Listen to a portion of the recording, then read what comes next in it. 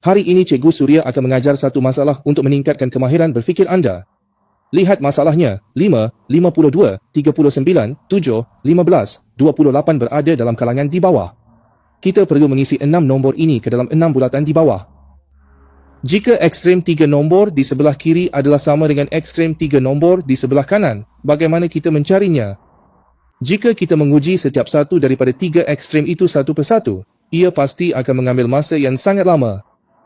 Betul ke? Jika anda hanya boleh menyelesaikan masalah ini dengan cara ini, ia tidak cekap. Terutama semasa pertandingan, anda tidak mempunyai banyak masa untuk mencuba setiap masalah secara individu. Jadi, hari ini, Cikgu Suria akan mengajar anda cara berfikir yang sangat bijak. Apakah jenis pemikiran yang boleh menyelesaikan masalah ini? Ia mengenai mencari faktor. Jadi, selagi faktor di sebelah kiri dan faktor di sebelah kanan mempunyai faktor yang sama, kita boleh menyelesaikannya. Jom kita tengok. Baik, pertama sekali kita lihat dalam 6 nombor ini. Salah satunya, iaitu nombor ini, ialah satu faktor tetap. Jadi kita boleh terus ambil nombor ini sebagai salah satu faktor.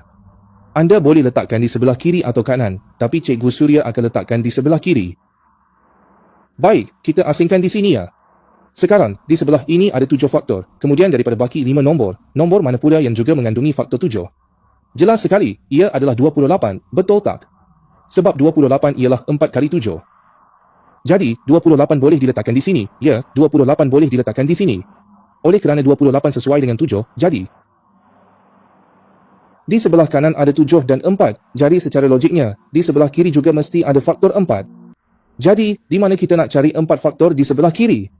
Kita boleh lihat mana dalam baki 4 nombor ini. 52 mempunyai 4 faktor, iaitu 4 kali 13 sama dengan 52. Jadi, 52 diletakkan di sini. Faktor bagi 52 ialah 4 dan 13. Kalau kita tengok macam ni. Terdapat 7 dan 4 di kedua-dua belah, tetapi terdapat juga 13 di sebelah kiri. Jadi, bukankah sepatutnya ada juga faktor 13 di sebelah kanan? Dan nombor manakah yang sepatutnya menjadi faktor 13 di sebelah kanan? Ia sangat mudah, ia adalah 39, iya kan? 3 kali 39, jadi 39 ditulis di sebelah kiri. Faktor 39 ialah 3 kali 13. Faktornya ialah 3 dan 13, betul kan? Okey, bahagian kanan juga mempunyai faktor 13. Sekarang bahagian kanan mempunyai faktor tambahan 3, manakala bahagian kiri tidak. Jadi kita perlu mencari faktor 3 untuk bahagian kiri. Bagaimana dengan baki 5 punca 15? Dan nombor yang mana? Terdapat 3 faktor, jadi ia jelas nombor, kerana 15 ialah 3 darab 5, jadi ia mengandungi faktor 3. Oleh itu, 15 mesti berada di sini, jadi ia adalah yang ini. 2 faktor itu ialah 3 dan 5. Jadi sekarang kita mempunyai 3 faktor, yang tinggal ialah 5 faktor. Kami kehilangan faktor 5 dikit di sebelah kanan. Oh, dan ada 5 di sebelah kanan, jadi 5 ada di sini. Jadi apa yang kita lakukan? Jadi kita dapatkan bahawa 7 darab 52 darab 15 sama dengan 28 darab 39 darab 5. Kita sudah dapat jawapannya. Adakah anda sudah belajar?